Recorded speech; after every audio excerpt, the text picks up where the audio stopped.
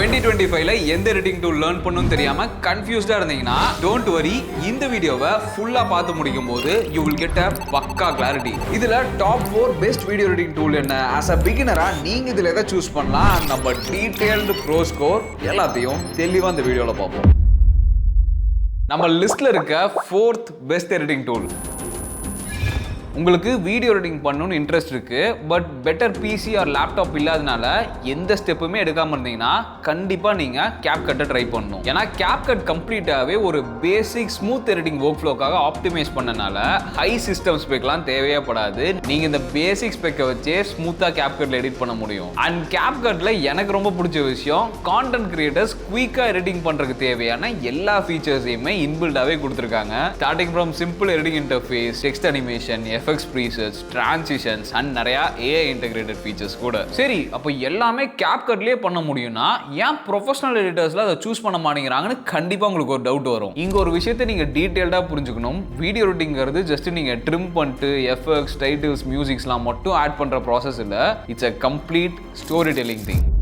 So அந்த story டெல்லிங்கை நம்ம எஃபெக்டிவாக பண்ணுறதுக்கு மோஷன் கிராஃபிக்ஸ் யூஸ் பண்ணலாம், ஆர் மாண்டாஜஸ் யூஸ் பண்ணலாம், ஆர் ஸ்டாக் ஃபுட்டேஜஸ் கூட யூஸ் பண்ணலாம். பட் அதோட ரொம்ப முக்கியமான விஷயம்,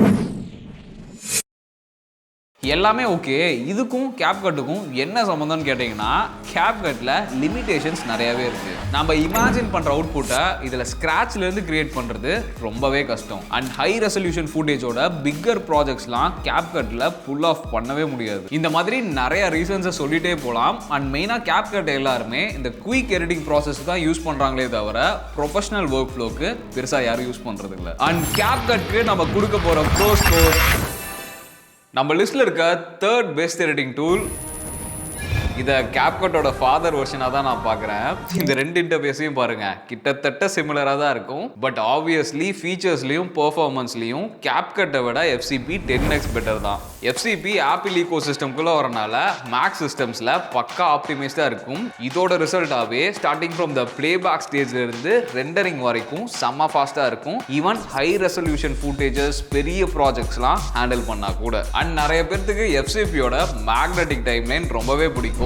பட் எனக்கு சுத்தமா பிடிக்காது. ஆமா, ஒரு கிளிப்பை தள்ளினாலே டப்பு டப்புன்னு போய் ஒட்டிக்குது, அதை ஆஃப் கூட பண்ண முடியல. FCP வந்து பார்த்தீங்கன்னா ஒரு நல்ல ப்ரொஃபஷனல் எடிட்டிங் டூல் தான்.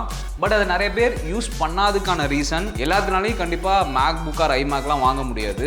பட் நம்ம தலைவன் அதில் மட்டும்தான் வேலை செய்வோம். நெக்ஸ்ட், கொலாபரேட்டிவ் ஒர்க் ஃப்ளோ பண்ணுறது ரொம்ப கஷ்டம். ஏன்னா நான் ஃபஸ்ட்டாக சொன்ன ரீசன் தான், கண்டிப்பாக எல்லாருமே Mac யூஸ் பண்ண மாட்டாங்க. அப்புறம் எங்கே போய் கொலாபரேஷன் நடக்கும்? அண்ட் இன்னொரு main thing, software updates and new ஃபீச்சர்ஸ்லாம் பொறுத்த வரைக்கும் FCP is still behind other professional tools. ஏன்னா இப்போ ரீசெண்டாக வந்த அப்டேட்டில் தான் இந்த ஃபீச்சர்ஸையே அவங்க இன்ட்ரடியூஸ் பண்ணியிருந்திருக்காங்க. அண்ட் FCPக்கு நாம கொடுக்க போகிற ப்ரோ ஸ்கோர். இன்னும் second part of the video வர ஷூட்டே பண்ணல, டைம் வேற ஆயிடுச்சு. அதுக்கு முன்னாடி லைட்டா ஹேரை மட்டும் ட்ரிம் போட்டு வந்துருவோம். You see the drip, I'm fitted up. Hop in my car and get it up. Secure the bag, I get the bus. நான் ப்ரொஃபஷ்னலாக எடிட் பண்ணணுன்னு ஃபஸ்ட்டு யூடியூப்லேருந்து லேர்ன் பண்ண டூல் ப்ரீமியர் ப்ரோ. இது ஒரு 3 to 4 years யூஸ் பண்ணியிருப்பேன். Really it's an amazing tool until I மெட். Anyways, ப்ரீமியரில் எனக்கு ரொம்ப பிடிச்ச விஷயமே அந்த டைனமிக் லிங்கிங் ப்ராசஸ். இந்த ஒரு ஆப்ஷனை வச்சுட்டு அடோபியில் இருக்க மல்டிபிள் டூல்ஸோட ஈஸியாக இன்டர்லிங்க் பண்ணி ஒர்க் பண்ணிக்க முடியும். சீரியஸாகவே இது வேற லெவல் ஆப்ஷன். அது மட்டும் இல்லாமல் அடோபியில் எக்கச்சக்க தேர்ட் பார்ட்டி ப்ரீசெட்ஸ், பிளகின்ஸ், டெம்ப்ளேட்ஸ்லாம் இருக்கனால அது ஈஸியாக ப்ரீமியரோட சேர்ந்து ஒர்க் பண்ணும்போது நிறைய கிரியேட்டிவ் அவுட்புட்ஸை ஃபாஸ்ட்டாகவே கிரியேட் பண்ணிட முடியும். அப்புறம் ஏன் ப்ரீமியர் ப்ரோ யூஸ் பண்ண மாட்டீங்க?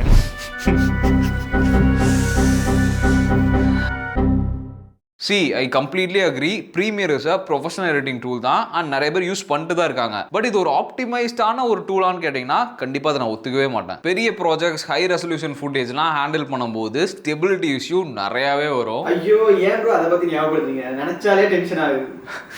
அண்ட் மெயினாக அந்த அடோபோட சப்ஸ்கிரிப்ஷன் மாடல் இருக்கு இல்லையா, எங்களுக்கு ரீசெண்டாக நடந்த ஒரு எக்ஸ்பீரியன்ஸை சொல்கிறேன். ஒரு ப்ராஜெக்ட்டுக்கு ஜென்ரேட்டிவ் ஃபில் தேவைப்படுதுன்னு சொல்லி என் டீம் கேட்டாங்கன்னு ஃபோட்டோஷாப் பர்ச்சேஸ் பண்ணியிருந்தோம். சரி மந்த்லி சப்ஸ்கிரிப்ஷன் தானே, எப்போ நாள் கேன்சல் பண்ணிக்கலான்னு. பட் அதை யூஸ் கூட பண்ணலை. சரி இப்போ கேன்சல் பண்ணலான்னு போய் கேன்சல் பண்ணால் அப்போ தான் எனக்கு தெரிய வருது என்னென்னா, கேன்சல்லாம் நீ பண்ண முடியாது, அந்த என்டையர் 1 இயருக்கு நீ வந்து மாதம் மாதம் பே பண்ணி தான் ஆகணும்னு ஒரு டேர்ம்ஸ் அண்ட் கண்டிஷன். அப்போ தான் நான் அதை பார்க்குறேன். சரி அதையும் மீறி நான் போய் கேன்சல் பண்ணுன்னு கொடுத்தா கேன்சலேஷன் ஃபீ கேட்குறான். சரி நான் மட்டும் தான் இந்த டேர்ம்ஸ் அண்ட் கண்டிஷனை தெளிவாக படிக்காமல் மாட்டிருக்கேன்னு பார்த்தா ஊர்ல நிறைய பேர் பாதிக்கப்பட்டிருக்காங்கன்னு அப்புறம் தான் எனக்கு தெரிய வருது. ஸோ எதை பண்ணாலும் டேர்ம்ஸ் அண்ட் கண்டிஷனை மறக்காம படிச்சுட்டு பண்ணுங்க. ப்ரீமியருக்கு நாம கொடுக்க போற ப்ரோ ஸ்கோர். ப்ரோஸ் ரீசெண்டாக நம்ம வீடியோ ரிட்டர்ஸ்க்கு ஒரு ஆஃப்லைன் ஈவெண்ட் கண்டக்ட் பண்ணியிருந்தோம். அதில் நம்ம ஸ்டூடெண்ட்ஸ் அண்ட் ஃபாலோவர்ஸ்லாம் நிறைய பேர் வந்திருந்தாங்க.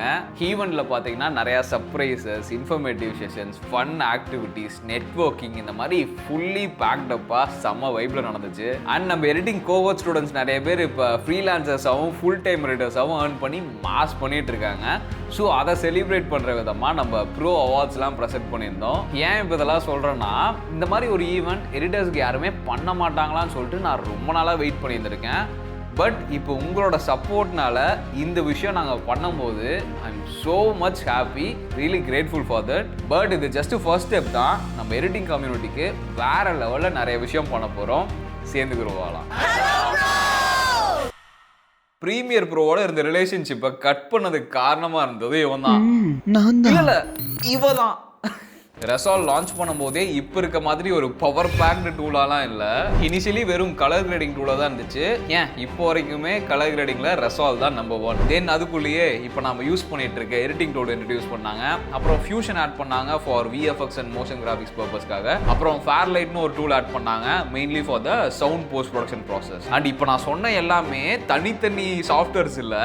DaVinci Resolveனு ஒரு சிங்கிள் சாஃப்ட்வேர்க்குள்ளே இருக்க multiple powerful tools. And best part is it's completely free. And the free version வச்சே நாம எக்கச்சக்க விஷயம் பண்ண முடியும். ஸ்டில் அட்வான்ஸ் ஃபீச்சர்ஸ்க்குலாம் நம்ம வந்துட்டு ஸ்டூடியோ வெர்ஷன் வந்துட்டு அப்கிரேட் பண்ணிக்கலாம். அந்த ஸ்டூடியோ வெர்ஷனும் நம்ம அடோபி மாதிரி சப்ஸ்கிரிப்ஷன் மாடல்லாம் இல்லை, ஒன் டைம் பர்ச்சேஸ் தான். ஸோ இந்த ஃபீச்சர்ஸ்க்காக தான் நான் ரெசால்வ்க்கு ஸ்விட்ச் ஆனான்னு கேட்டிங்கன்னா கண்டிப்பாக அது மட்டும் ஒரு ரீசன் இல்லை.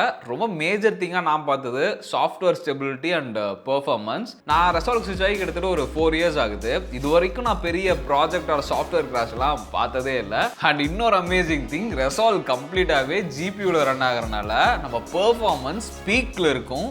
அண்ட் இதையே டிஸ்அட்வான்டேஜாக கூட சொல்லலாம். ஏன்னா அவங்க சிஸ்டமில் கிராஃபிக்ஸ் கார்டு இல்லைன்னா தலைமை வேலையே செய்ய மாட்டான். அண்ட் ப்ரீமியரில் இருக்க மாதிரி நிறையா தேர்ட் பார்ட்டி ரீசோர்ஸஸ்லாம் ரெசால்வ்க்கு இல்லை. நான் 4 வருஷத்துக்கு முன்னாடி ஸ்டார்ட் பண்ணும்போது ஒன்றுமே இல்லாமல் இருந்தது. இப்போ கூட கொஞ்சம் பரவாயில்ல, நிறைய கிரியேட்டர்ஸ்லாம் மனசு வச்சு அமேசிங் பிளகின்ஸ்லாம் கிரியேட் பண்ணிட்டு இருக்காங்க. ஸோ ரெசால்வ்க்கு நாம் கொடுக்க போகிற ப்ரோ ஸ்கோர். ஓகே ப்ரோஸ், இந்த ஒரு பாயிண்ட்டாக நல்லா புரிஞ்சுக்குங்க. வீடியோ எடிட்டிங்கை பொறுத்த வரைக்கும் நமக்கு ஸ்கில் தான் ரொம்ப முக்கியமான விஷயம். ஆனால் அந்த ஸ்கில் இம்ப்ரூவ் பண்ணுறதுக்கு கண்டிப்பாக நம்ம ப்ராக்டிஸ் பண்ணி தான் ஆகணும். ஆனால் அந்த ப்ராக்டிஸ் பண்ணுற ப்ராசஸ்க்கு நீங்கள் இதுலேருந்து எந்த டூலை வேணாலும் செலக்ட் பண்ணி ஸ்டார்ட் பண்ணலாம். பட் நீங்கள் எந்த டூலை பற்றி லேர்ன் பண்ணுன்னு நினைக்கிறீங்களோ அதை கமெண்ட்டில் சொல்லுங்கள்.